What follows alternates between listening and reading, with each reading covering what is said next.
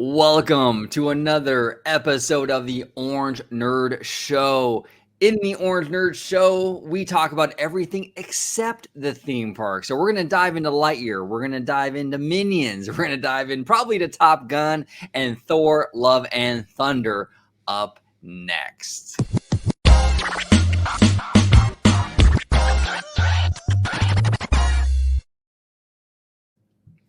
Welcome aboard to another episode of the Orange Nerd Show. Like I said, where we talk about everything except the theme parks. We're talking the studio side of things today. And woo, it's juicy as hell. Crazy stuff to report on today. But the doctor is in the house, ready to operate. Mr. Dr. Dre, host of Freshly Squeezed. How you doing today, Dre? Doing pretty good. And yes, the doctor is back. And yes, the doctor is ready to operate. But before I can, let me go ahead and give the shout out. What is it? The mandatory shout out. Right down there, you see my Twitter tag. It's the best way to interact with me for all the, as Christine Wasteland McCarthy would say, for all the robust discussion there for you. And if you want to see me, well, it's going to be on the channel you're watching right now at OrangeGo55 at Freshly Squeezed, your source for juicy news and info squeezed fresh right from the Grove.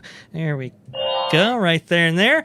And for this one, though, well, this is Orange Nerd, and we got a lot to discuss. This is a fascinating kind of thing, man. What's been happening at the box office for Disney for the last a couple of months or so? OG, why don't you go ahead and kick us off? Okay, so yeah, there's been a lot going on. Okay, Lightyear has it's been disappointing at the box office, to say a complete understatement there. I mean, Lightyear is pretty much at this point, I think it's kind of determined that it's going to be a complete and total flop. It's going to lose. I think the reports are up to 100 million at the box office. Thor, Love and Thunder has not been getting the best reviews. It got a B+ on Cinema Score, which sounds good at face value, but Cinema Score gives freaking everything an A. So the fact that it's in a B, not good. That does not bode well for this movie at all. So let's dive into it. Let's dive into these numbers a little bit, Dre, and kind of break it all down, because Disney is having a rough couple of months, like you said. They're having a rough couple of months, and I think it all starts with Doctor Strange: Multiverse of Madness. I mean, this thing was supposed to be, billion-dollar barnstormer, especially with there being such a tie-in to, Spider-Man. I believe it was No Way Home. Is that right? That was the correct. There's Far From Home, and then there's Homecoming. Okay. Well, then it's also tied to it's tied to Spider-Man: No Way Home, but it's also very much connected to WandaVision, which is very popular on D+. So there was a lot of connections with Multiverse of Madness there, and you would have thought that a lot of hype, and you would have thought that success would have rubbed off to the point where anything that would have come out from Marvel at that point, especially with such an integration to No Way Home, would have been a $1 billion barnstorm. But unfortunately, it looks like it's just going to come up short, and that was a big surprise. Now, to track a little bit further from that, just for a tad, then there's Lightyear, and as we know, Lightyear opened up to not so good, right? About 51 million, a big underperformance there. And to illustrate how underperformed it did do, let's go ahead and share my screen there. And we got some official numbers here for us. So this was for the weekend for July 1st to the 3rd, right? And that was the opening weekend for Minions: The Rise of Gru, which is another kind of big franchise animated film for families, right? And you would think that, the numbers between these two films would have been, maybe close, maybe with Lightyear being higher, because I do agree with you, sir. I think the Toy Story franchise is just a little bit, maybe more popular than the Minions franchise. Maybe you could argue that overseas or whatever, but Toy Story has been with us for so long. It's got multiple lands and multiple theme parks across the world, as we know. You would think that anything coming out of the Toy Story franchise would have performed. But as you can see right here, this is the big number here for you guys. The Minions: The Rise of Gru, in its opening weekend, does about 107 million right out the gate. Right when it pops off, right? And Lightyear, at total did 105 after that weekend. So let me put it to you this way.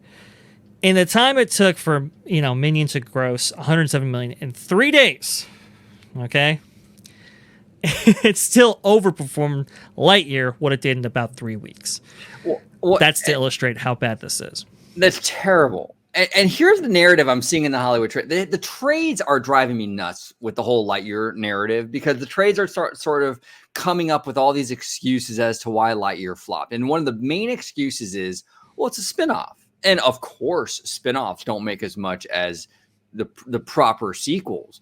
First of all, that's not even true, because we can go back to Minions, and the Minions spinoff was outperforming some of the Despicable Me movies, like the actual Despicable Me sequels. So that spinoff had no problem.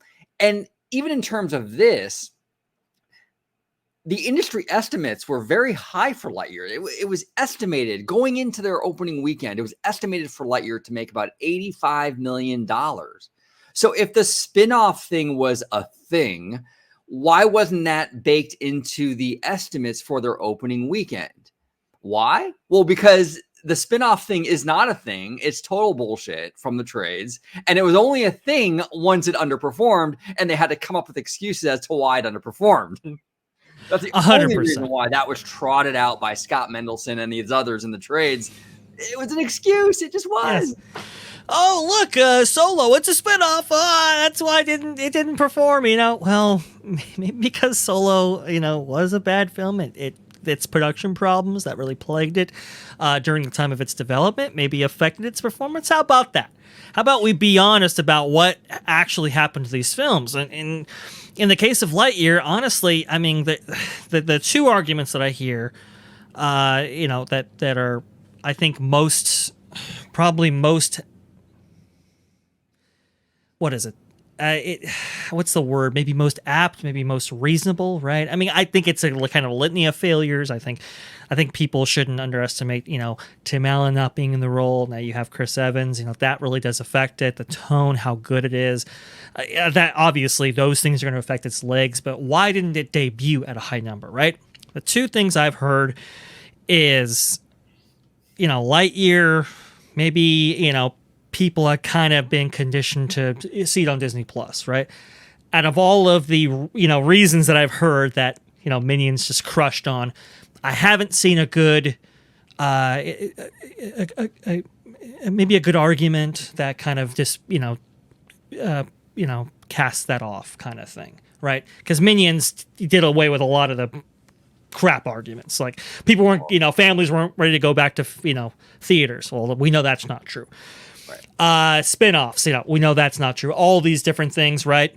Minions did superbly well. But the one that's like, okay, well, maybe it's a Disney Plus kind of feature, or at least in the people's minds, maybe they thought that. Maybe they're just going to wait for it on streaming. Possible. I don't think so.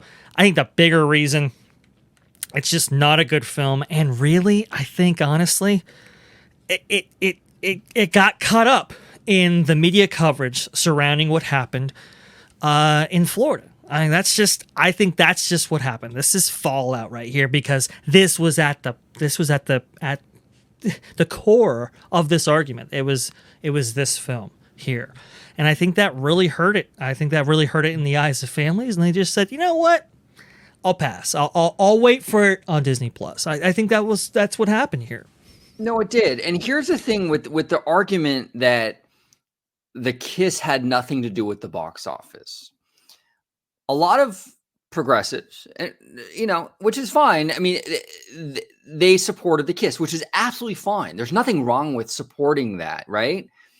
But as progressives, you also have to understand that not everyone's a progressive. Not everyone holds your ideology. And if you're going to make the argument that the country is full of these hateful people, right, which they make constantly, that the country is full of all these hateful people, which is why we got Trump, and right. Well, then the common sense kind of line of argument would be, okay, if there's all these people that are that hateful and ignorant, then obviously the kiss would hurt Lightyear's box office, because I'm just going by their argument that there's so many of these ignorant people out there. So either there are that many ignorant people out there in this country, or there's not. But it's one or the other. You can't say there's millions and millions of ignorant people out there, but when the movie came out and there was the kiss, it had no bearing on it. So either we're not as bad as a country as people claim we are, or we are. You just can't have it both ways. And that's the issue I'm having here. And you also have to understand something, like I said earlier, just because like every state is not California and New York. Yeah. Okay. And I get it. You can support any political side, ideology. You can be progressive or whatever you want to be, but you have to understand that not every state in the country is that way. Not every country is that way. Yeah. You know, I mean, remember 17 countries banned this movie because of that kiss. So this is a thing. This is a thing. This is why Disney didn't want it in there in the first place. Even in Latin America, they had notices, on theaters posted saying, "Hey, this features some gender ideology from the States. Just so you know before you get in here." I mean, it's these things can still be controversial to some folks, even here right in America. And as we've talked about on this show, when it comes to demographic breakdowns, because obviously, if you maybe have something in some film, maybe it plays better with certain audiences as others and so forth, right? As we talked about before, Disney likes to put out 4-quadrant films, but still, I mean, maybe you have the Marvel stuff that skews a little bit younger, right? Maybe you have the Star Wars stuff that skews maybe a little bit older than that, but when you have family films targeted towards families, so you look at the demographics and you look at the polling, and the polling suggests that those families are going to be overwhelmingly conservative or right-leaning, right side of the spectrum. So we would expect these things to affect family films particularly more than any other because of those demographics, and especially where this film is going to be catering to. And it's right there, folks. I mean, it's maybe it's not the whole reason, but you have to include it in the conversation. And if you're not being honest. 100%, Trey. And I agree with you completely. It's not the entire reason why Lightyear flopped. But like you said, you have to acknowledge there are people out there in this country and around the world that might not be as comfortable with it. And even as a progressive, you just have to kind of understand that not every part of this world is Los Angeles. Yeah. There are different kinds of ideologies across the country, across the world that might not necessarily agree with your philosophy. And that's fine. You just have to understand it. Look, personally, I would love to see a 2-hour movie about Mark Davis. Okay. I would eat the hell out of that. I would love to see a 2-hour movie about Mark Davis. I'm not going to sit there though and expect a 2-hour movie about Mark Davis to make $1 billion. No. Because even though I love Mark Davis and I love Disney history and I'm fascinated by that, I understand that there are a lot of people out there that really don't give a shit. Right. So that's kind of where I'm at with this. You can be progressive. You can support the cause. You can support the kiss. You can, root for that. You can act, you can be an activist for that. And that's fantastic. But you also have to acknowledge that not everyone will be on the same page as you and that it might have hurt the film. Yeah. Oh, well, absolutely. And it's kind of interesting how, people are kind of unwilling to acknowledge that. And it's like, guys, I mean, this definitely has an effect. I mean, I'm seeing it here. And look, I'm next to Phoenix. Okay. Phoenix is, I wouldn't say a bastion of red country. Let's just put it that way. Right. It's very, very blue. And even I'm getting that from, people actually going to see these movies. I mean, I was just talking to somebody who had seen Minions: The Rise of Gru, and they just basically flat out told me, hey, you know what? I didn't have to have a conversation with my kids afterwards. Basically what, how they were putting it, and they were grateful for that, and they supported the film. I went to see Top Gun Maverick in an IMAX theater, right? And we only have so few here in Arizona. I think maybe...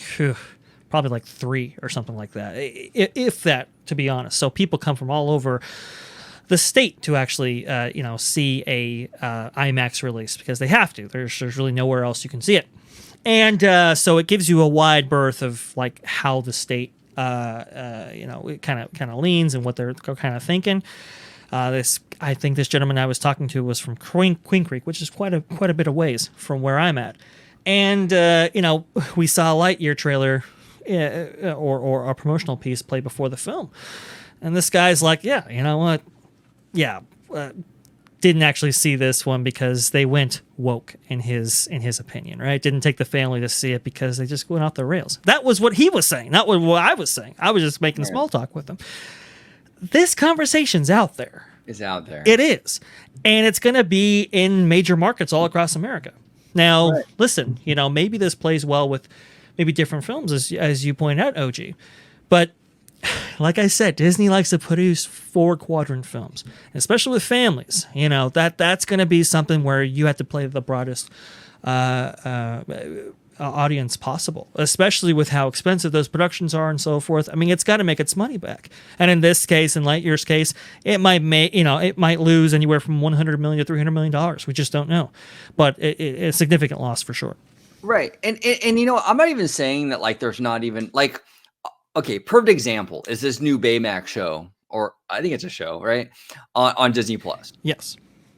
And there's been a lot of clips going around about, Baymax. He's like I don't know where he's at, like at the store. He's buying tampons, right? Okay, cool. He's a healthcare robot. I get it. I understand it. But there's a lot of kind of like with Lightyear. It's the same thing. A lot of parents and people are upset with that, right? Here's my thing. I don't necessarily mind content tackling subjects like this, but it has to be content that's directed at the right audience, right? So something like Baymax is obviously geared towards really young children, way younger than the age that would be buying tampons. Right. Okay. So you're dealing with an audience base here that isn't really in line with the subject material. Okay. Yeah. Now, if Disney wanted to make a show on Disney Channel, tackling the issues of menstruation and tampons and all that stuff for that tween audience, that's great. That's a target audience. And that's a fantastic discussion to have with the proper demo. Baymax is not that demo though. Baymax, you're going to have kids way underneath that demo. It's you know what I'm saying? So it's just, I don't mind the conversation, and it's a conversation that should be had, but with the proper demographics though, and that's the issue. And a lot of parents aren't going to want to dive into those waters with someone who's like 5 and 6 years old. They're not going to want to watch that. The kid is not ready for that, and didn't acknowledge that. And that's problematic in a lot of ways. And as we'll go forward in this show, we're going to be playing some clips here from WDW Pro and Valliant Renegade, but they talk about that. They talk about how, hey, listen, Disney Plus, a lot of people, a lot of parents bought into Disney Plus because they wanted it, basically a babysitter for their kids. You go ahead, you click it on, you give the kid the remote, and you walk away. Because they have that kind of trust with Disney, right? That, hey, whatever's available here, as long as it's not password encoded, it's going to be all right and suitable for my children. Well, some of the stuff, to your point, OG, it's like, adults are maybe a little bit uncomfortable with exposing their kids to that, maybe at such a young age. Right. Right, especially boys and that kind of thing, right? It's just, that's a, it's a delicate issue, I'll just say that. 100%. And so you might have parents here that kind of balk and say, maybe we don't get Disney Plus, or if we do, maybe I screen content before. Maybe I don't have this kind of mindset where I just go into anything that Disney puts out blindly. And that kind of perception, that kind of, I believe they call it like consumer withdrawal, right? That could really affect the public's perception on a company and how they perceive that going forward. Well, yeah, and that might have had a big impact on Lightyear. And the reason why I think that might have had an impact on Lightyear is because if parents were seeing this controversy around the kiss and all that stuff, right? That would give them pause to go see it in theaters, because then you can't pre-screen it. Like if parents want to pre-screen this stuff, you can't pre-screen it if you're going to go to theaters without buying double tickets, right? Right. So if parents want to pre-screen, they would wait for Disney Plus to pre-screen it and show their kids, right? And that's the thing. And a lot of like the trades would make this argument like, oh, well, Chapek, bald man bad, like trained families to like wait for D Plus. I don't think so. I'm sorry. We have generations of theatrical conditioning in this country where people are generation after generation have been conditioned to go to the theater for movies. And you can tell me 3 Pixar direct to Disney Plus releases undid all those years of conditioning like that. I find that very hard to believe. There's something else here with Lightyear. It's not just the last 3 were Disney Plus and families were, I guess we don't know how to see the movie. Baloney. There was something going on here, and the pre-screening element of it, I think, might have had a part in that. I think so, and it's there's multiple factors at play, and as we kind of look forward here in this box office and how these films are perceived and how they open and all that kind of stuff. I mean, there definitely is a kind of a brand degradation, I think, happening at a kind of a higher level, right? And it's it really is unfortunate because Disney was on fire only a few years ago, and now we're seeing, as we'll get into with the Thor: Love and Thunder discussion, we're seeing more of these kind of Marvel films even getting B cinema score ratings. We're seeing like Star Wars hasn't put out a film since 2019, and I mean, people talk about Taika, but I don't know. We'll talk about Taika. I hold my breath on that one. Okay. So we're seeing this kind of stuff here, and we're seeing Disney's polling numbers itself. I mean, it used to have a 77% approval rating, and now it's down to like 44% or something like that. I mean, it's what the content being produced right now by Disney and the controversies and so forth. I think they are starting to have an effect, and we're seeing that in multiple ways. And as we'll go to the parks and in our future discussions that we have on this channel, maybe that might manifest itself in some interesting ways going forward. But this is kind of fascinating. One more thing about Lightyear before we kind of move on here. Tim Allen was actually asked about what he thought of the film and everything like that. He recently said something to the effect of, hey, the original people, they aren't involved. And large part, he's right. I think the last film, correct me if I'm wrong here, OG, maybe you know this more than I do, but from what I understand, the last film that John Lasseter was involved in for the studio was Toy Story 4. Yeah, it might have been. I mean, it's kind of hard to say because these films are in production for so many years that he probably had his fingerprints on stuff. A little bit, but not like overarching, right? Yeah. Well, it is interesting because, the last bona fide hit that Pixar had was Toy Story 4. Now, I understand, some of that was produced on, put on Disney Plus, right? Didn't really have a theatrical release. Onward obviously was affected by the events of 2020, as we know. Yeah. I get it. But there definitely is a shift here. And I just,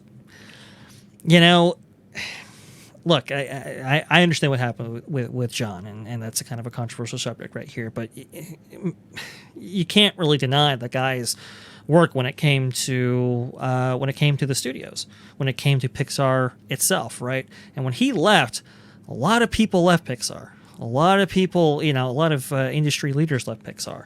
And the new crop of animators that were coming out of school, well, they went to Skydance to join Lasseter. And I just wonder how much of that is going to have an effect on the studio's output when it comes to its animated films. Right. It's been a rough go of it and rocky go of it so far. Well, and it's like history repeating itself because Disney fired Lasseter many moons ago, and then they had I believe it was in the 80s they fired Lasseter, and then he left and started Pixar. And then they had to rehire him. It just feels like deja vu all over again. Now they fired him again, and he's probably going to go. He went to Skydance, and they're probably going to be a massive studio animation powerhouse, and then Disney's going to try to swallow up Skydance or something. It's just and I think we had this conversation with Alia, I believe, on the show, right? Where it was, why isn't people criticized Disney for not initially doing something about John Lasseter at the start of that, right? And then they, applauded them when John Lasseter was eventually removed. But John Lasseter's been able to work and not get criticism for it, right? Skydance hasn't received any criticism. It's like, why? Right. Why hasn't this happened? And I question the motives of why, of how it went down. I really do. And Like it was an unfortunate series of events, and for what we read about, what we hear about, and why that actually happened, I actually have some other thoughts as to why it happened, and I think we're seeing those where Skydance isn't criticized for hiring Lasseter, where these people can work with him judgment free and all that kind of stuff, and not get the hairy eyeball placed on them, right? For actually doing business with Lasseter and stuff like that. Hopefully Disney is kind of maybe seeing that and maybe takes a second look here now that some of the things have died down, so to speak. Yeah, no, 100%. Should we dive into a little Thor: Love and Thunder? Thor: Love and Thunder it is, sir. Thor: Love and Thunder it is. And go ahead and share my screen once again here, just real fast here. It looks like it's shaping up to be anywhere from 135 to 145 opening, right? And Deadline has the article for us. I thought this was very interesting. The fourth quill, which is Thor: Love and Thunder, will wind up as the third best domestic opening of 2022 after Doctor Strange and the Multiverse of Madness, 187.4 million, and Jurassic World Dominion, 145 million. There's nothing to complain about here, even if Thor is outside of its projections of 140 million to 160 million. Well, it's interesting that they bring up projections because projections originally weren't that low. Originally, It was anywhere between 150 to 200 million at the box office. And I believe our friends maybe at Valliant Renegade here and Walt Disney World Pro, I believe, have a little bit of insight into these numbers. Cool. Let's see if I can go ahead and bring that up. Let's see here. It's going to be 46.18. There we go, right here. Like Doctor Strange, that Thor plays out in that same manner, okay? And, we kind of briefly touched on this before, and I'm going to go back and bring this up. Look, going back to 6/9, June 9th, they had Lightyear thinking they was going to pull around $100 million its opening weekend. This is from Box Office Pro. Mm-hmm. You go down here, Thor: Love and Thunder, 155 to 205 was the range that they were giving it then. Mm-hmm. Okay, so now we're going to go down to Thor: Love and Thunder today. Okay, 140 to 167. They've lowered projections sharply. And you could see the reaction from the crew there, which I got to give it to WDW Pro and Valiant Renegade, and even Kamra Pasha. They do an excellent job following all this and really providing the numbers, providing the kind of backstory to it. Really great analysis from them. Got to give compliments to them. But you saw the reactions, and they weren't kind. They were pretty surprised by how much it was actually predicted down. Which, I don't know. I mean, with all this information, what's your initial thoughts here, OG? Well, it's interesting. I think that it's fascinating that this movie is underperforming. I think there is a little bit of a decline, and I've noticed it myself when it comes to the MCU. Some of the shows haven't really been what I expect from the MCU in terms of quality. Multiverse of Madness certainly was not quality I expect from Marvel. I mean, that movie, I've never really done an official review here on the channel. But the CGI in Multiverse of Madness was dog shit, okay? It was complete, and it didn't even look like it was fully rendered, a lot of that stuff. It looked terrible. I was shocked. I felt like I was watching a movie from like 2002, And from what I understand, Thor 4 is kind of plagued with the same kind of problems with the CGI. And really, honestly, and I know I'm in the minority here, I'm not a huge fan of Taika Waititi's kind of brand of humor. I really had a hard time getting through Ragnarok, and I know that's unpopular. I know a lot of people love that movie, and I respect that. It just was not for me. Right. But from what I understand, Love and Thunder like doubles and almost like triples downs on that kind of brand of humor, And I'm a big fan of Christian Harloff, and on his channel, he was saying that like the first 45 minutes was like so jokey that it almost felt like a spoof movie, like a Naked Gun or something like that. And I'm like, this is like, that sounds terrible. Like I have no desire to watch that. Right. So I don't know. I don't know what's going on here. And the word of mouth has not been good for Love and Thunder. I have to say it. I've seen a lot of people, a lot of diehard Marvel fans, and just normies in general, just kind of walking away, going, "What the hell did I just watch?" Yeah. The editing was choppy. This is not a good movie, you know. And it got a B plus. It's saying right here B plus on Cinema Score. B And plus that sounds good at face value, but Cinema Score gives everything a freaking A. I think all the prequels for the Star Wars prequels got all A's. This thing has landed a B plus. That's really bad. I'm sorry. That's really bad.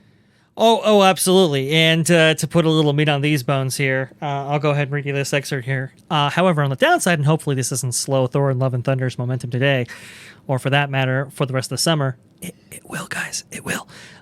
Marvel earns a back-to-back B plus Cinema Score here after Doctor Strange in the Multiverse of Madness ComScore / Screen Engine post-track exits for general audiences are still sitting at 3.5 stars with a 77% positive, not far from Eternal's 75% positive. If you take Sony's Spider-Man No Way Home out of the equation, which got an A plus from audiences, and by the way, that's Sony, that's 3 Bs in a row from Disney MCU going back to November's Eternals at B. Not great. And our friends at Valliant Renegade have a little bit more to say about this, especially as it relates to the professional critics. So let's see right there. But why don't we scan and see what some of those reviews are? Well, let me get to more of this because there's a pattern here I'm seeing develop. So here we go with the all critics. Yeah. Now let me pull up top critics. This is like Variety, Deadline, Rolling Stone, San Francisco Chronicle, New York Times. And that drops us all the way down to 58. Look at that. That's a substantial difference. So that means that we're getting a lot of sort of bloggers and others saying, I love this movie. That's right. The access media. Got a hammer. Yeah. Check this out. The access media that depends on giving a good review in order to come back the next time. Let me say, though, real quick, I think what's going on with these critic scores over the last year or two, I think the pandemic combined with the public's realization of what's going on, they couldn't keep going back to movie after movie and having a completely opposite take from the critic that they trusted. I think it's a self-preservation switch. I don't think that they've changed their philosophy towards how they review or what their purpose is. I just think that they are holding back for a little while until the next time they need to unload on a new Last Jedi comes around. So yeah, that might be a generation away because it is preservation. But I think if you're right, I think that there's a cultural shift happening in the populace that they're recognizing, which is also what's happening inside of Disney corporate suites. Whether they share the values or not of Lightyear, they recognize the populace may not. Yeah, and this is, in case y'all didn't notice this is Doctor Strange in the Multiverse of Madness. 74% all critics, close to 71, just like Thor.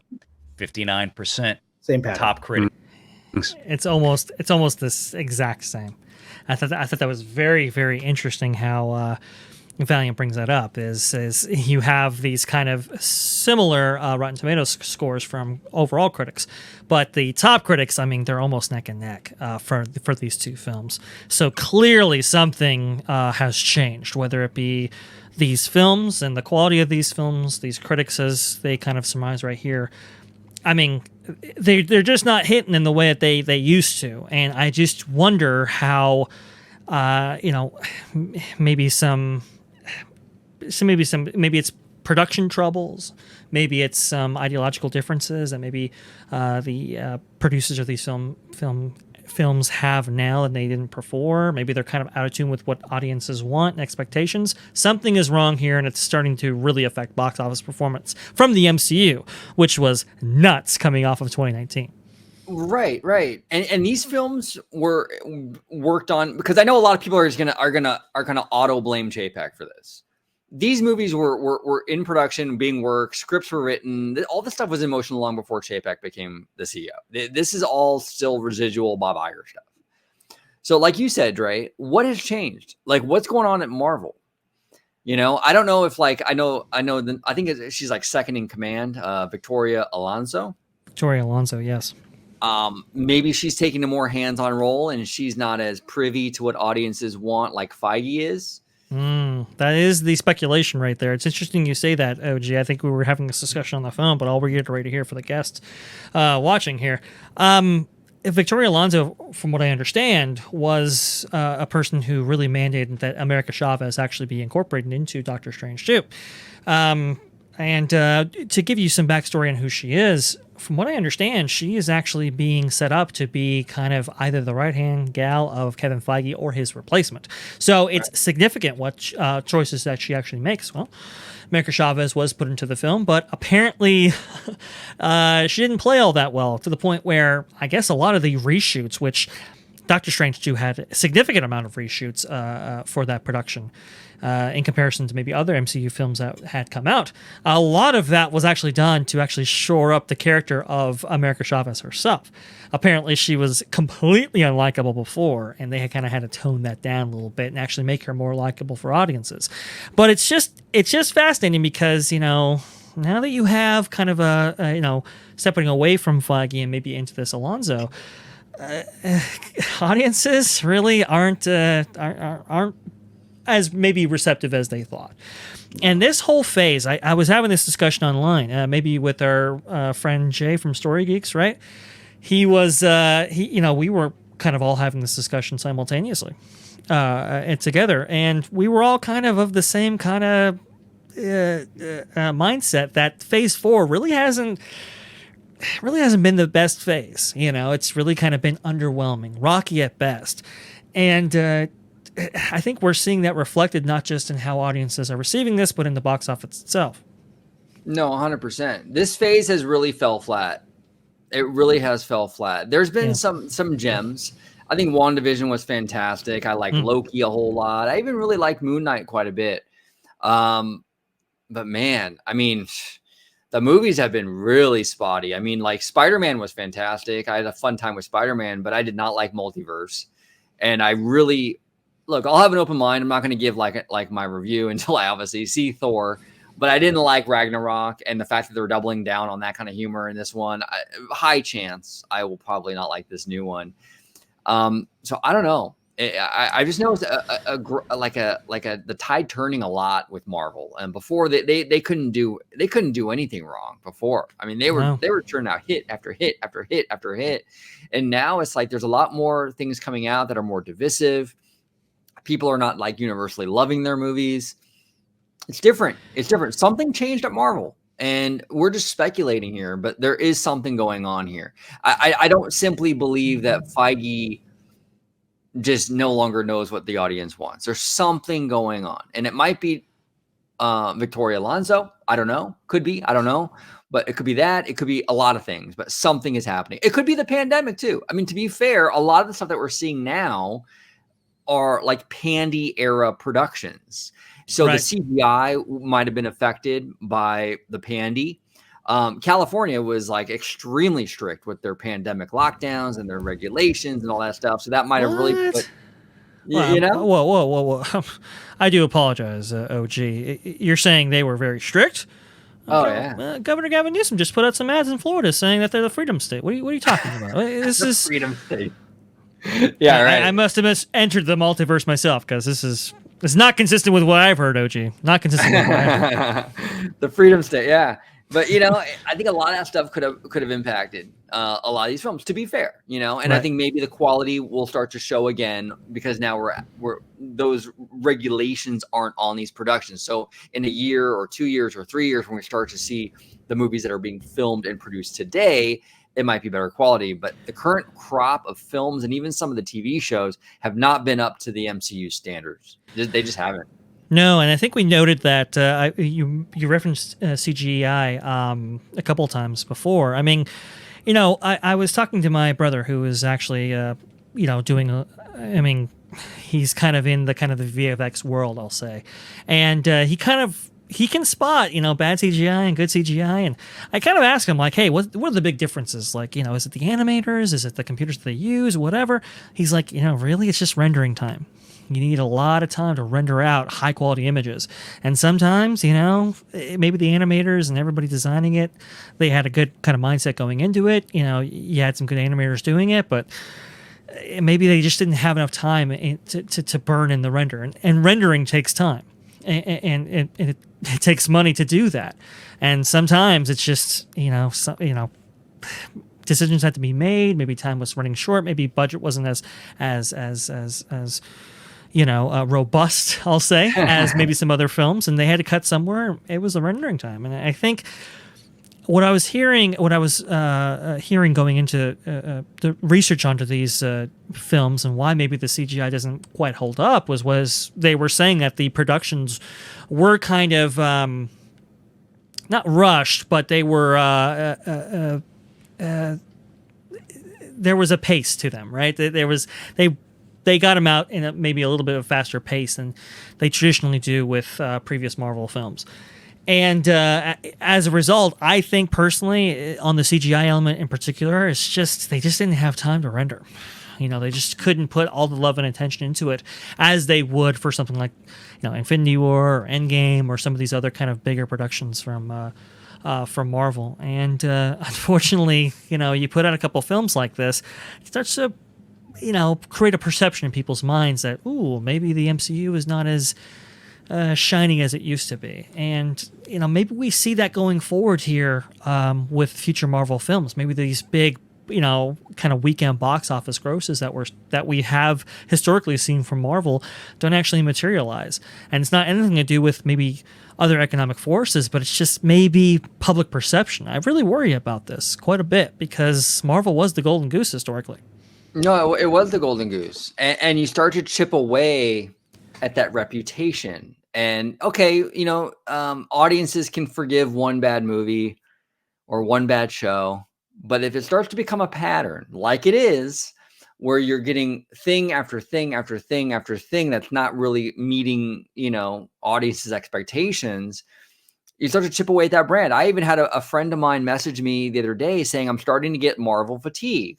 Now, I don't believe in any franchise fatigue. I think the only time anyone actually gets fatigued from anything like that is when the quality slips. I think if you can turn out, Marvel was churning out a ton of stuff and nobody was getting tired of it because it was A+ material. But once you start to have lesser quality, that's when the fatigue sets in. People are always hungry for good content, but when the quality goes down, that's when you start seeing that fatigue. And for people to start coming out and saying that, now I have MCU fatigue, that's a big telltale sign the quality is dipping. Feige needs to sit up and take notice. Oh, absolutely, 100%. And look at the kind of maybe the mistakes done with Thor: Love and Thunder. From what I understand, unfortunately, I didn't get a chance to see the film myself personally, but I'm hearing that it's very tonally inconsistent, right? That just like they're trying to have like a serious story and like a really funny story, and that kind of removes the stakes, so to speak, from the serious factor. And they from what I understand, the characterization of Thor himself isn't all that great in comparison to maybe some of his previous work. A lot of audiences got excited about the prospect of Thor teaming up with the Guardians of the Galaxy. And to be honest, as that was set up back with Infinity War, that looked like a really kind of interesting proposition. And I got to be honest, I was really excited to kind of see them actually team up. Unfortunately, we don't really get that. We get like 4 minutes of the Guardians of the Galaxy in Thor: Love and Thunder. And it's like, well, wait a minute. You feature him prominently in the trailer. You kind of set this up in Endgame. There's no payoff from what I understand. And what's interesting about this too, I guess this was originally going to be, it wasn't going to be Love and Thunder. It was originally going to be as Guardians of the Galaxy. Right. I heard that as well.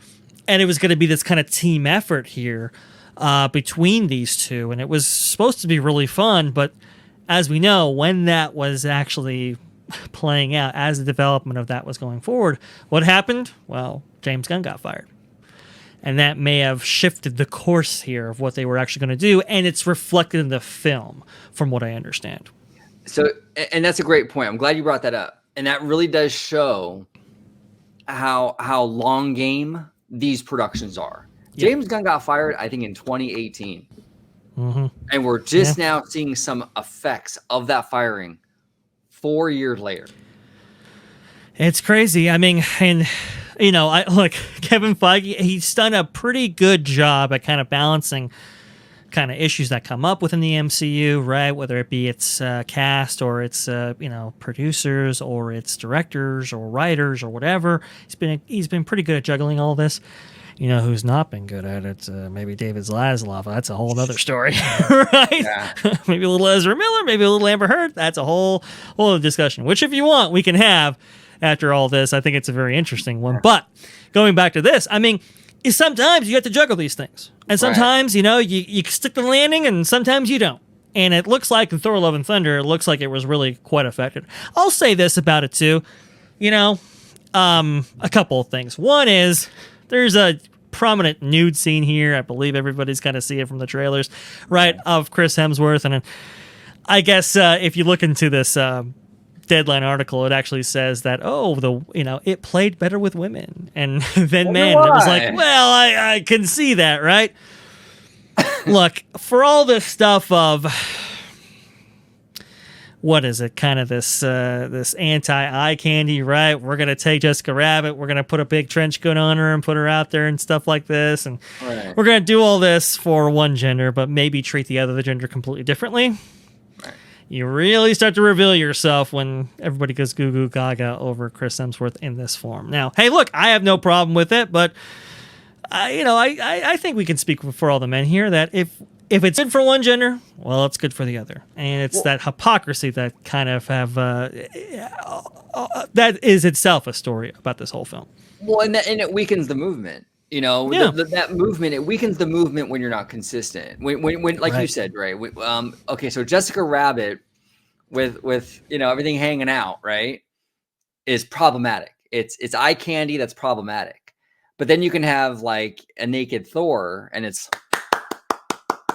fantastic. The women love it. Well, like you said, there's a double standard there, and I think if you're gonna sort of create a stigma around this eye candy sexualization of characters and what have you, you got to apply it to both. You can't say, oh, Jessica Rabbit is bad because she's sexy to straight men, right? Right. But Thor, though, that's fine. We can have naked Thor and have the women go goo goo gaga over him, and that's no problem, So, yeah, there is a double standard there, and it's hard to take movement seriously when you're not being consistent. And 100%. I've said that a lot, not just with movements, but even with like the Disney fan community. You have to be consistent. If you want to be taken seriously, you have to be consistent. It can't be selective because you diminish your argument, you diminish your cause in the case that you're trying to make. Oh, 100%. And look, listen, I mean, look, if we're talking about an MCU film, I think I would prefer let's leave the nudity out of it. But hey, this is the direction they wanted to go. And, apparently, doing that with, again, kids are going to go see this. Maybe not the decision I would have made. It definitely looks bad in the era of what Disney's being accused of from all these different sides or whatever. Again, it creates its own narrative, but you're right, OG. I mean, look, it's important to be consistent here. If we're going to apply standards for one, we should definitely apply them for the other. Now, I see that as a double-edged sword. I see that both ways. So, it's like, hey, if you setting the standard with Thor, can we expect something with Natalie Portman and stuff like that? I don't think so. Probably not. But again, it does call out some hypocrisy. So it's a very kind of interesting thing taking place. But the other thing about this film, which is, I alluded to it before, the tonal inconsistency, right? It's just kind of all over the place. This is, I think, a product of Taika Waititi. And apparently there's some other talk around the internet about maybe him contributing to a Star Wars film. And everybody's pretty bullish on it. And I think, as we have discussed, maybe. Yeah, I think it's a maybe. Anytime you have an announcement from Lucasfilm and Kathleen Kennedy is still running the studio, every announcement has a huge asterisk at the end of it. It's subject to the director's schedule and creative differences, basically. Right. So they announce a project, and 6 months from now, it could be canceled because they're no longer working out, or said director has a scheduling conflict. Because this is what happens all the time with Lucasfilm. I wouldn't be surprised if that happens here with the Taika Waititi Star Wars film. Now, I am not a big fan of. I like Taika as a person. I'm not a big fan of his work overall. I think his humor is obnoxious. I'll be quite honest with you. I'm not really clamoring to bring that into Star Wars. I'm just not. But hey, look, he did a really good job. To be fair, he did a really good job with what he did on The Mandalorian. So, can he do a Star Wars movie that kind of deviates a little bit from like typical Taika? I don't know. See, this is what worries me, because when Taika got called in to do the Mando episodes, he had to work within a parameter because it wasn't really his thing. He was playing in someone else's sandbox. Yeah. Well, you give him a movie though, and that's his thing. So yes, it's gonna. I don't know. I'm gonna call it now, pretty much. I mean, I could be wrong, and I hope I'm wrong. I freaking hope I'm gonna eat crow on this. It's probably gonna be Star Wars Ragnarok. Okay. I mean, I you can tell by even the logo that they released, that like neon pink and blue Star Wars thing. It's very, very Love and Thunder Ragnarok-y looking. I can pretty much guarantee this is gonna be a very cornball movie. And I am not in for that. I just don't like it. And that's just me. I mean, and there's been, a lot of talk. I mean, apparently Taika hasn't seen a script. And apparently this is going to go into production in early 2023 for a late 2023 release. Right. I don't know if I'm buying this one, man. I really don't see it. I mean, they would have to rush something out. And really, does Star Wars need something rushed out, especially from some... I don't know. I don't want to disparage Waititi, right? But Kathleen Kennedy has, what is it? She has a certain style, which is hop on to the latest trend. Right. Excuse me. And Taika is in that line, right? That line of succession of these kind of trend directors and producers. And this started all the way back with, does anyone remember a movie called Fan Force Stick, right? Yeah, the Fantastic Four reboot that they tried, or at Train. least that they tried at 20th Century Fox. Look, that gentleman who directed that film was the biggest thing, right? I mean, he was, produced Chronicle and all that. Well, Kathleen Kennedy had tapped him on the shoulder for a Boba Fett film that we were supposed to get, and that went up in smoke, obviously. And it's just been a long line here of, getting on board with these directors who, might be the biggest things in side spread. Wonder Woman, right? The director for that. Patty Jenkins. Patty Jenkins. I do appreciate that. Patty Jenkins was also one of these directors who was the next big thing, hottest thing, and then, as you astutely pointed out, when her next film actually comes out, and maybe you can go ahead and take over the story from here about what happened here. Oh yeah, well, when Wonder Woman came out, the first one, Patty Jenkins was hot. She was the thing in the industry, right? And rightfully so. The first Wonder Woman movie was fantastic. But then then Kathleen Kennedy does what Kathleen Kennedy does, and she jumped on that, and she grabbed Patty Jenkins to do Rogue Squadron. She signed her up to do a Star Wars movie. Okay, but then Wonder Woman 2 comes out, and a lot of people thought that movie was really bad. And what happens all of a sudden? Scheduling conflicts. All of a sudden, that whole project is in question. Same thing happened to the Game of Thrones guys. Yep.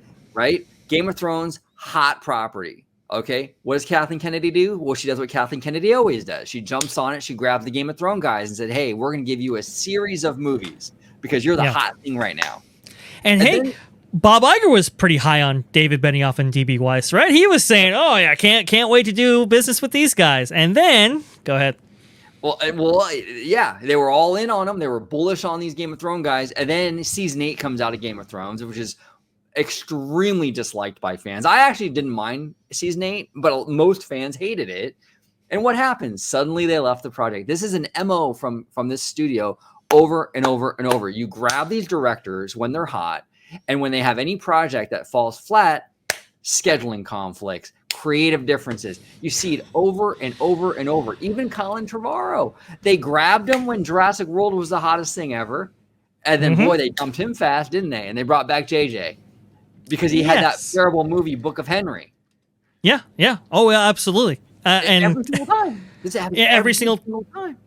Every single time. Now, I think in the case of Colin Trevorrow, that was a little. I think Colin didn't quite like what happened in maybe The Last Jedi with what material that he had envisioned that he would maybe have when it comes to the ninth entry into the franchise. I think when he was originally tapped on to do this, he would have access to Luke Skywalker, he would have access to Snoke and all that kind of stuff, and that clearly did not happen by the end of The Last Jedi's production. And between 7 and 8, Colin Trevorrow, he walks, and it's kind of an interesting thing that happens. It's look, Kathleen Kennedy. I mean, here's the thing. Her job is a producer, and that's what she was famously known for. And I've said this many times, right? The main job of a producer is to take a script that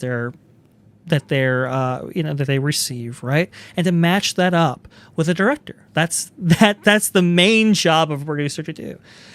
And look, I think Kathleen Kennedy's history as a producer is very unique in that she was tapped by, huge industry figures, George Lucas, Steven Spielberg, to actually produce those films, and not the other way around. And now when she's actually placed in a role where she actually has to line up some of these story treatments, scripts, and so forth to these films and, make them consistent with maybe consumer expectations, she just doesn't put them out. I'm sorry. So when I hear yet another project by yet another hot director, as you astutely pointed out, OG, it's like, I have my doubts strongly.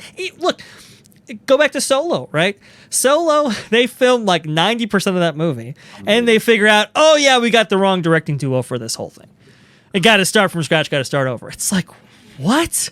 All that money, all that time, all that effort. There was no way that Solo was going to make its money back at that point if it wasn't the film that it was, and it following The Last Jedi, I think had a lot to do with that from fans.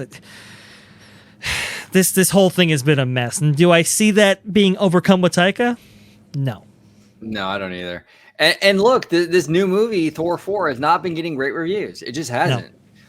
So does that put his whole look? We've kind of laid out Kennedy's history here. You pick up the director when they're hot, and you dump them when they have a project that doesn't do so well. So is Taika gonna fall into that same problem that Patty Jenkins and Colin Trevorrow and all these other directors that she picked up when they were hot and dumped when they had a bad movie? Is she gonna do that to Taika? Probably. Probably. If history repeats itself like it usually does, Taika will probably get dumped from Lucasfilm, and they won't say that. They'll keep up appearances. They'll say, oh, well, he moved on to other things, or his scheduling conflicts, or creative differences, or all this other, BS. But, it's the same old song and dance, and I'm tired of it. And that's why I love Chapek so much in regard to the Peter Rice firing. There were no appearances. Dude just got fired. I respect that. I do too, because look at the amount of damage that somebody in a position of power can actually do. I mean, look at Star Wars right now. We haven't had a feature film even. I mean, various stages of development with other films, right? With other projects, but we haven't seen one even hit production since 2019. Right. Since the release of Rise of Skywalker. And outside of Taika's film, there's really no talk of doing anything else. From what I understand, there's 2 other scripts out there that people have been working at that are out there in the Lucasfilm verse, right? There's Rogue Squadron and there's Knights of the Old Republic series of films, which I mean, I guess those scripts are pretty decent from what I understand. Rogue Squadron obviously has its issues connected to Patty Jenkins and so forth, so I don't know if that's going to go forward at all. But I think there's a reason why these films haven't been picked up. I think Disney executives have kind of said, hey, listen, you really got to have something strong here. Right. Before we're going to fund these projects. We really have to make our money back on these investments. And we have to kind of accept the fact that, Star Wars has been kind of tarnished in a way, right? Its box office performances have slipped ever since Force Awakens. And we really have to produce something that really resonates with fans. And is Taika going to do that? I just don't know. I just don't. Right. I don't see it, quite honestly. No, I don't either. And one thing that look, and this kind of ties to Lightyear a little bit, because the narrative was, okay, well, they had 3 Disney Plus Pixar releases in a row. So families are like conditioned now to see these movies on Disney Plus. Okay. So you mean to tell me, though, Mandalorian has had 2 seasons on Disney Plus. 2 seasons on Disney Plus. If they released a movie, a Mando movie with Baby Yoda in it and the whole thing, Sure. would that movie flop because people are conditioned to watch it on Disney Plus? Of course not. That movie would do $1 billion easy. If people really want to see something, they'll see it. And that's my thing. And that's why I think Lightyear flopped for many, many reasons. But at its core, people didn't want to see it. That's it. That's all it was. People didn't want to see it, whether it be for the kiss, whether it be it just didn't look good, whether it be for Tim Allen, for a host of reasons. They did not want to see it. And, so it's very interesting to see, I think, how this whole thing pans out with Taika, though, to kind of bring it back to him. I think that I'm very skeptical of the whole thing. I think there will be some announcement in the months to come that he's got other projects or scheduling conflicts or some other BS. Always seems to happen, doesn't it? Now, always happens, and I wouldn't cry over it at all because I just am not a fan of his work, which is fine. I wanted to also bring something to your attention because I think we had this discussion on the phone here, and I thought that was very interesting. So we obviously know that, Taika's film or whatever has kind of an accelerating time schedule, right? It's just like, it seems to be going a little bit fast here. And as we see from the output of Lucasfilm, they have Indiana Jones 5 that's absolutely coming out here. At least I hope so. And from what I understand, it's coming. It's in the can, or at least getting edited together, cobbled together. It's coming out. Okay. But if we look at some of the series of events here, Kathleen Kennedy's contract was extended until 2024. Right. So maybe that's why she's like, hey, got to get this out here because I really maybe need to prove myself for maybe the next contract extension. Or as some people have theorized, maybe she's on the way out. I mean, her project Children of Blood and Bone that was on the slate at one point, and those rights went to Paramount. So clearly there's maybe this kind of dividing line here between Kathleen Kennedy being renewed and maybe her maybe going out the door at some point. And it's going to be fascinating to see whether or not the studio actually approves for something like Taika Waititi's film to come out, when Kathleen Kennedy is up for renewal, so close to its kind of release date. It's going to be fascinating to see how that kind of story plays out. No, it will. It will be very fascinating. There's a lot going on the studio side of this company. There's a lot going on, but I'll call it now, though. I mean, I really, and this is just my guess, my prediction, but I really don't see. Look, Chapek just got renewed for 3 years, right? I think Kathleen Kennedy will be gone before Chapek has to renew again. That's just my prediction. I'm not saying like that's going to happen for sure. I don't really know. I don't have any inside sources. I just, based on what we do know, I don't see her being here for much longer past, I don't know, Indy. I think once Indy gets released, I think soon thereafter that she'll probably leave.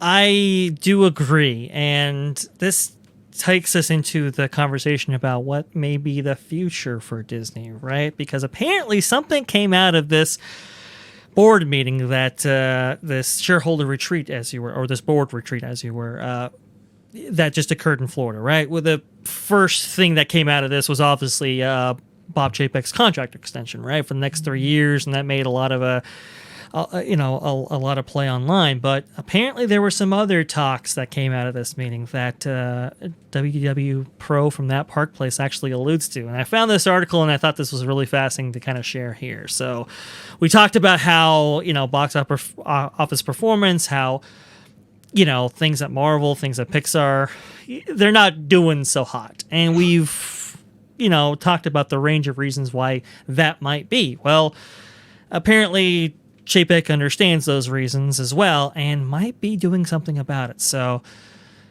Here's what he says. Rumor, Bob Chapek and Disney board to moderate through company policies. Changes may be coming soon for a Disney company that once wanted to moderate away from divisive political situations. Is Bob Chapek ready to alter policy to achieve his goals? And as we've heard, we've heard that Chapek is, we were hearing, at least I was hearing that back in, before the events of Florida, that April was going to be the month that Chapek go into his kind of direction that we're going to follow the data. We are going to follow consumer expectations, and we're going to deliver what consumers want here. And apparently, and get away from maybe the political division that's kind of taken hold in the company, right?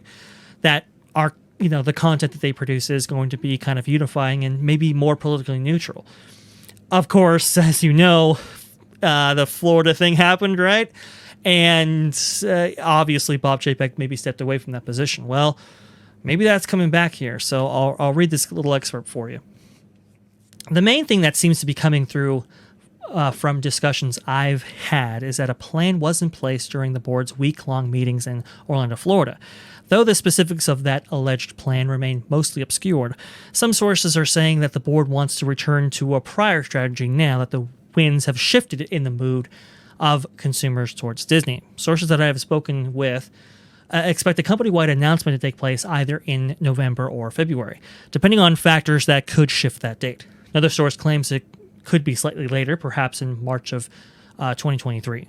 No reason was given as to why it would be held up, but such a policy shift would be coupled with the new Disney pillars presented at the beginning of this year, and particularly moderating away from divisive family material in family entertainment would relate to the dictate that the company cease working against its own audience. Additionally, I now believe that Chapek and the board intended to make more personnel changes intended to assist in quelling dissent and pushback about the company's need to moderate. This is in line with what I was reporting a month ago, and you can see the excerpt right here. But he goes on to say about how they might implement such a plan. OG, what do you think about it so far? Well, here's the thing. I think it's a good decision for Chapek to kind of take the company in a much more politically neutral direction. We're very divided in this country politically. Yeah. It's very hard for any one political candidate to get over 50%. This country is very much down the middle, right? Like 100%. It's 50% progressive, 50% conservative. So no matter what side you fall on, you're only going to get 50% of the country. So from an entertainment standpoint, from Disney's perspective, it doesn't make any sense to make woke content or on the flip side to even make conservative content. Because no matter what content you make that kind of caters to one political ideology, you're only getting 50% of the country. Pretty much. So Chapek is absolutely correct in this. Disney needs to stay the fuck away from this stuff and just make good content and just get out of this business of Bob Iger has completely created a mess here for Disney, and we're starting to see this come to roost. They need to get out of it. They need to get out of this. I 100% agree. And look, I mean, Disney used to be in this business where they produced, maybe some things with a little bit more of a liberal bent than others, right? But for the most part, it was, and honestly, that goes back to Hollywood. But for the most part, seriously, it was mostly very kind of unifying content, kind of politically neutral content that everybody could kind of get on board on and really brought everybody together. And unfortunately, we've seen content now, not even just produced by Disney, but from other studios that have been very divisive, that have actually, pulled people away from each other rather than pulling people towards, towards each other in the form of content that, like I said, is unifying. So this is a very interesting plan here. Here's how WDW Pro believes it's going to be implemented. As far as how this policy change will impact operations inside Disney, sources believe that Kareem Daniel will be empowered to help curtail potentially damaging material at a greater level. In the wake of the Disney walkout movement, the company has not been censoring material that could damage its revenue potentials. Such was the case with Lightyear. Furthermore, another rumor we are working to follow up on is the claim that Jon Favreau might be brought in as a creative liaison between the corporate management of Disney and the various studios' management tiers. Others may also be drafted into a panel to assist in listening to studios' desires, while also filtering content in such a way as to make it more accessible to the broadest possible demographics. In particular, I'm hearing that Disney's leadership at the highest level is concerned its major studios have stopped working towards broad appeal in order to push less financially viable worldviews. Marvel, Pixar, Lucasfilm, and Disney Animation Studios are all under the spotlight according to sources that I've chatted with. And this is where it gets particularly interesting.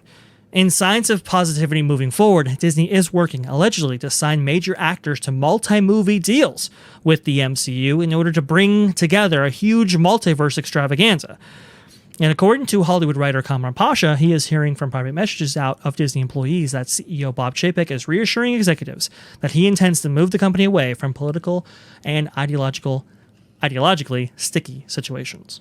As he should. As he should. Look, and you can still do, and I think the thing that a lot of people, the misconception people have is like, okay, if Chapek wants to move away from political, like situations, and that means we're not going to get any kind of representation or more, we're not going to get any inclusive content. That's not true.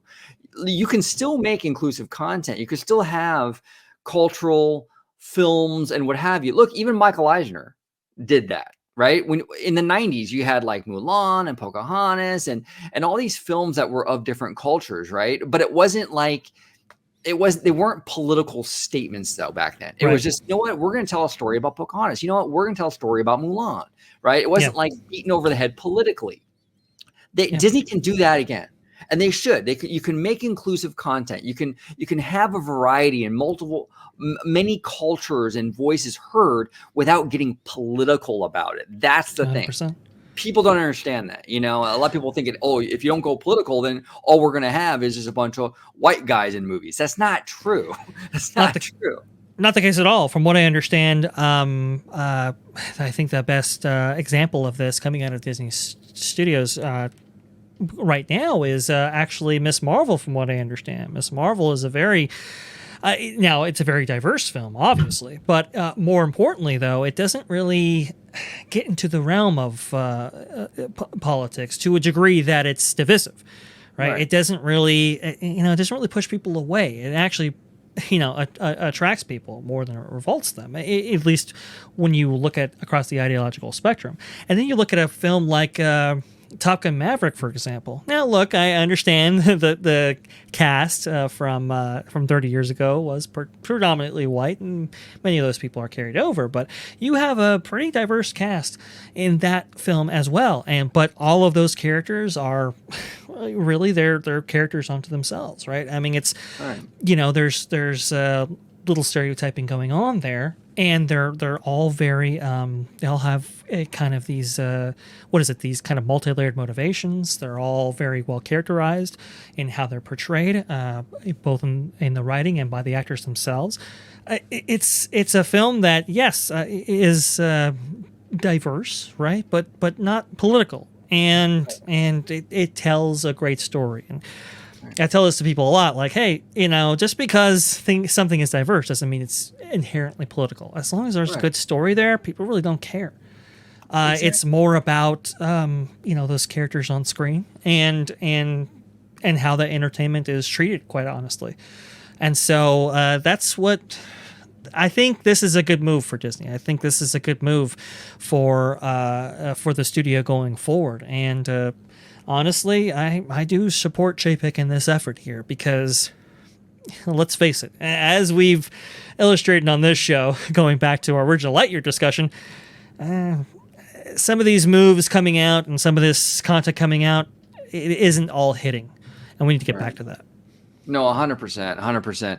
And this is really why I don't know if you those at home remember reading that article about how Bob Iger was sort of lecturing Chapek about you shouldn't follow the data, right? Yeah. Because movies like Black Panther wouldn't have been made if I followed the data. And that whole thing, that argument that Iger made to Chapek, I think was total BS. Total BS. Look, when Bob Iger would go in and go, okay, we need to do this checkbox of like, this gender, this race. That's data driven, Bob Iger. That's it. Yeah. You are making data-driven decisions. Now they're data-driven from a different angle that Chapek is being data-driven, but you're still doing data-driven decision making. When you tell your creatives, okay, we need a female superhero, that's not a creative decision. That's a data quota decision. That's like, okay, well, we need this, so now figure it out, right? That's the thing. Even like with things like Splash Mountain, which I actually support the retheme. I think that it could potentially, as long as they get the budget for it, can be a phenomenal retheme. I'm not against them retheming it to Princess and the Frog, but let's not kid ourselves and pretend that the retheme was done because some Imagineer woke up in the middle of the night with this epiphany that would be a great retheme. It was a data-driven, quota-driven decision and a cultural decision to make that change. And I find it hilarious when Iger goes in there and tries to lecture Chapek about data when he's been data-driven a lot, but just in the political direction. He has, and look, I'll even argue too. I think Data would have bore out a Black Panther film because listen, when you go back to Captain America: Civil War, where Black Panther made his debut, he was one of the most well-received characters in the entire film, and who people were like, "Ooh, now that guy I want to see in his own film." So I think even working in the under the nonsensical framework that this kind of straw man argument that Bob Iger forwarded, even in that instance where he was saying that data-driven decisions wouldn't have bore out Black Panther, I think is nonsense, because clearly I think it would have. Clearly, when people were coming out of Captain America: Civil War, they wanted to see more Black Panther. So even those arguments, I just don't think they hold water. I just don't think they have merit. And listen, data-driven, consumer-driven product, I think, is the right way to go. Right. The studio is a for-profit company, right? I mean, it's like we got to make more money than these films are built for. Essentially, it's 101, and I think the way to do that the most efficient way possible is to appeal to the broadest demographic possible, which has, by the way, been Disney's bread and butter ever since 1923. It's ridiculous how some people are like, oh no, they should go in this direction, they should do this and they should do that. Look, if you want to have even Disney put out those films, right, then go ahead, but just understand that might not be getting the biggest budget, because there's a real good chance that it maybe doesn't make its money back, right? Because of those demographics and how they actually shake out. So I'll just argue, hey, if Disney's going to be putting out quality productions, if they're going to be putting out huge budget productions, then they should really get back to the 4-quadrant mentality that got them here to start with. No, 100%. And people have to understand, the people that want to get politics out of Disney have to understand too that, because I see a lot of people that want the politics out get frustrated. Oh, well, see, the latest movie has woke stuff in it or has politics in it. See, you have to understand something, is that Chapek, his desire is to remove this stuff going forward and to move Disney in a more politically neutral direction. But Disney's a massive company, and these films and TV shows and content take years to develop. He's not going to be able to turn this around on a dime. So you have to look, we didn't get here overnight. This was years and years and years and years of Bob Iger slowly transitioning the company, and it's going to take years and years and years and years and years to untransition that. So I understand the frustration. Oh, well, Chapek doesn't want to be political, but like the new movie that came out was woke. Okay, we get that, but this stuff has been in the pipeline for years. You got to give the guy a few years to kind of get this thing undone. It's going to take time, and it's not going to be done overnight. It's not going to turn on a dime. So just have patience. If you're one of those people that wants politics out of Disney, give Chapek a few years to get that going. And the group at Midnight's Edge actually had a really good conversation about this in the middle of their Thor and Love and Thunder video that they had produced, I believe, on Friday or. Yeah, I think it was yesterday, right? Look, I mean, just from a kind of a studio turnover perspective, right? I mean, these films have been in development for a long time. They have a certain maybe story that they were approved with. They get made, they get put out. I mean, even that process, just for the next CEO to kind of make their mark, political or not, it's going to take a number of years. And they estimated, probably 2025, is when kind of these films would come out with, Bob Chapek's wholly solidified seal of approval, right? And if we're talking about the political aspects, it's probably going to be around that time as well, because quite frankly, there's some discussion it's like, hey, do you want to necessarily derail films that maybe don't have the broadest appeal when maybe you can use that as kind of ammo going forward when it comes to maybe layoffs or firings or cancellation of projects and so forth? Maybe you do let those films go out there so they can kind of show people, hey, look, listen, people don't actually want this. We need to go in a different direction, right? I think there is an argument for that. I would just argue too, though, that it's like, hey, you might be doing some brand damage here, and those things have to be taken carefully. It's going to be a fascinating thing going forward, watching Disney navigate these waters, because man, it's going to be there's some turbulence in the air. Let's just put it that way. No, there's absolutely some turbulence, and see how it all shakes out. It's oh man, I look, I would not want to be. I mean, I would want Chapek's job, but would you really? If man, to me, I'll totally take it. But he doesn't have an easy one for sure. This is a very difficult situation he's in, navigating the cultural stuff that he has to navigate through right now, navigating the economy, the looming recession, the inflation, and just he's still recovering from the pandy. Mm-hmm. He's got a shit sandwich like no other, and he's doing a pretty decent job, I think, considering the hand that he was dealt. I got to give him credit, and I know a lot of fans don't want to hear that, but that's just my opinion. But we'll see how it all shakes out. We'll report on a lot. There's so much more going forward that we'll be able to discuss here in regards to all this stuff, because this is a developing story, to say the least. Oh yes, absolutely. Look, CEO OG. Okay, you just put me in charge of maybe Disneyland or even the parks division, right? Hey, you know what? Hey, let's do it this way.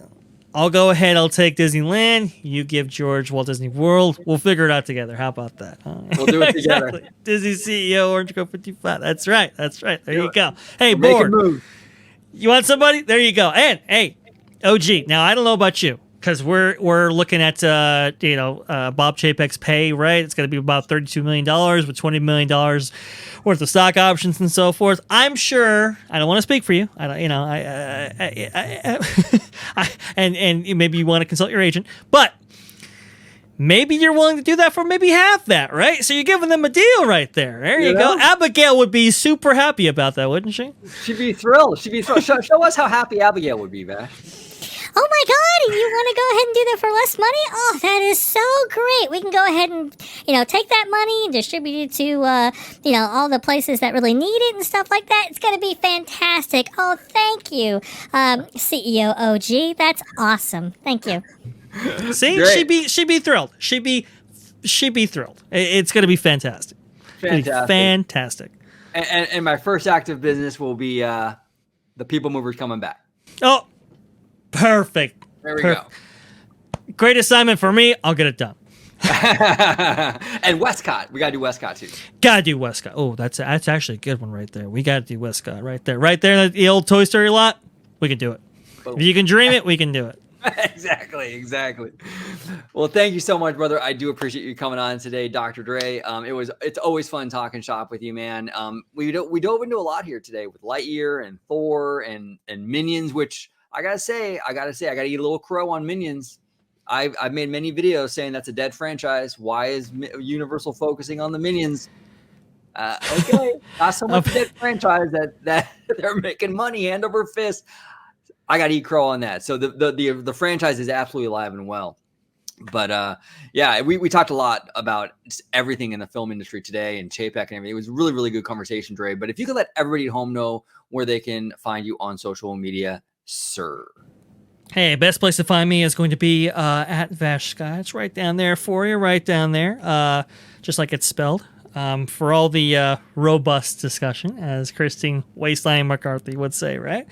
And if you want to see me, well, it's going to be on the channel you're watching right now at Orange Grove 55 at Freshly Squeezed, your source for juicy news and info squeezed fresh right from the Grove. And let's go ahead and put a finer point on that. If you want to see more of this content, hey, we love... We love that you watch, and for our hour and 24-minute crew right here, thank you so much. Hey, if you can go ahead and give this video a like, give this channel a subscribe. Hey, maybe put out your comments down below right there. Tell us what you think. Are we off base here? Are we on base? I don't know. I thought I did my research, but hey, maybe I'm wrong. Maybe maybe I missed something there. Please go ahead and tell us below. We love hearing that. We love seeing that. And hey, sometimes it's make it into a video or makes its own video. So we'll see. But please go ahead, share this video. I think this was a little bit more general content for us, but I think maybe people will be interested. So give us a share, give us a like, give us a follow. Really does help the channel. Thank you. Yeah, no, absolutely, absolutely, and check out at the end of this video. I'm going to link our last video we did with Disney Park vloggers Fun Fiero, and we did a great conversation. Dre was there, Disney Family Man was there. We kind of interviewed Fun Fiero and kind of how just about this whole like Disney Park vlogging experience, and we dove into a lot of stuff though, and we talked about Walt Disney World and Disneyland. It was a really, really fun conversation. So my parks people, check that out. It'll be on the end screen at the very end after this video. You'll see it. Yesterday's video. So it's a really good time. And also make sure you subscribe to Fun Fiero. They do really, really good park content, in the park vlogging and even live streams, and really, really, really great people and passionate about the parks like we are. And it's always fun to kind of watch content from like-minded people that enjoy the same stuff we do, right? Just nerd out about the park. Yeah.